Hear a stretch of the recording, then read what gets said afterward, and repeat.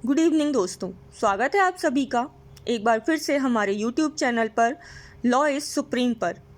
आज हम अपने इस वीडियो में देखेंगे एविडेंस एक्ट से संबंधित कुछ महत्वपूर्ण जानकारियाँ कि आखिर एविडेंस एक्ट आया कहाँ से। एविडेंस जो शब्द है ये आया लैटिन भाषा के एविडेर से, जिसका अर्थ था सुनिश्चित करना, साबित करना या स्पष्ट रूप से अन्वेषण करना। अब हम देखेंगे कि जो एविडेंस एक्ट है ये बनाया किसने। एविडेंस एक्ट के जन्मदाता कहलाते हैं सर स्टीफन, जिन्हें हम जेम्स स्टीफन के नाम से भी जानते हैं। इसके बाद हम देखते हैं कि एविडेंस एक्ट ये कब से लागू हुआ। एविडेंस एक्ट 1 सितंबर 1872 को लागू हुआ था। एविडेंस एक्ट एक प्रक्रियात्मक विधि है जो कि दाता शिवा बनाम स्टेट 1967 में अवधारित की गई थी कि ये भूतलक्षी प्रभाव भी रखती है। एविडेंस एक्ट सामान्यतः 3 मुख्य सिद्धांतों पर कार्य करता है। पहला, साक्ष्य को विवादक तथ्य तक ही सीमित होना चाहिए। सभी मामलों में सर्वोत्तम साक्ष्य ही पेश किया जाना चाहिए। और अनुश्रुत साक्ष्य जो कि हियरसे एविडेंस कहलाता है वह अग्राह्य माना जाता है, उसे हमेशा बाहर रखना चाहिए। इसके बाद हम देखेंगे कि आखिर एविडेंस एक्ट कौन सी विधि होती है। जैसा कि हमने देखा कि ये प्रक्रियात्मक विधि होती है, लेकिन इसके अलावा एविडेंस एक्ट में एक मैगज़ीन बहुत वर्क करती है, वो होती है, इस पे संबंधित काफ़ी क्वेश्चंस भी आते हैं, वो है लेक्स फॉरी। लेक्स फॉरी क्या है? यह कार्य स्थान की विधि से संबंधित है, क्योंकि साक्ष्य हमेशा उस देश की विधि से शासित होता है जहां कार्यवाही या चलाई गई है।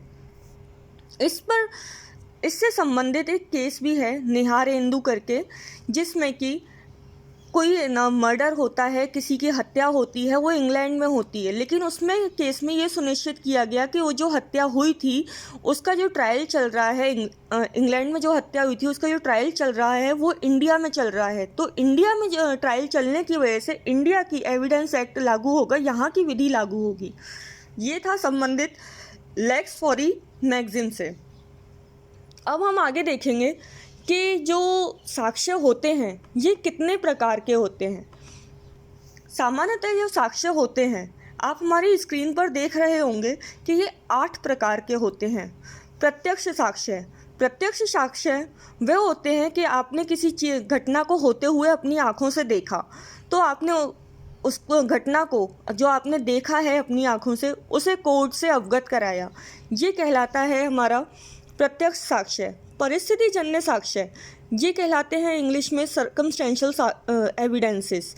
इसमें यह होता है कि जो किसी भी परिस्थिति से संबंधित वह साक्ष्य जो सीधे विवाद से संबंधित तथ्यों को साबित नहीं करते, बल्कि परिस्थिति के अनुसार ये साबित करते हैं कि विवाद से संबंधित तथ्य सही है, तो ऐसे साक्ष्य को परिस्थिति जन्य साक्ष्य कहा जाता है। दोस्तों, ये 3 सिद्धांतों पर वर्क करता है। परिस्थिति जन्य साक्ष्य के 3 सिद्धांत होते हैं। पहला सिद्धांत होता है कि हर कड़ी से कड़ी मिली होनी चाहिए, कोई भी कड़ी बीच में टूटनी नहीं चाहिए, और अभियुक्त द्वारा अपने बचाव में कहे गए किसी भी तथ्य की काट की जा सके, वो कहलाता है परिस्थिति जन्य साक्ष्य। इससे संबंधित हमने एक केस भी डाला हुआ है कि जो इसके सिद्धांत दिए गए थे वो कौन से केस में दिए गए थे। इसको जानने के लिए आप हमारा टेलीग्राम पर जो चैनल है उसे ज्वाइन कर सकते हैं। इसके बाद हम देखेंगे आगे कि हमारा जो अगला साक्ष्य है वो कौन सा है, वो है वास्तविक साक्ष्य। वास्तविक साक्ष्य क्या होते हैं?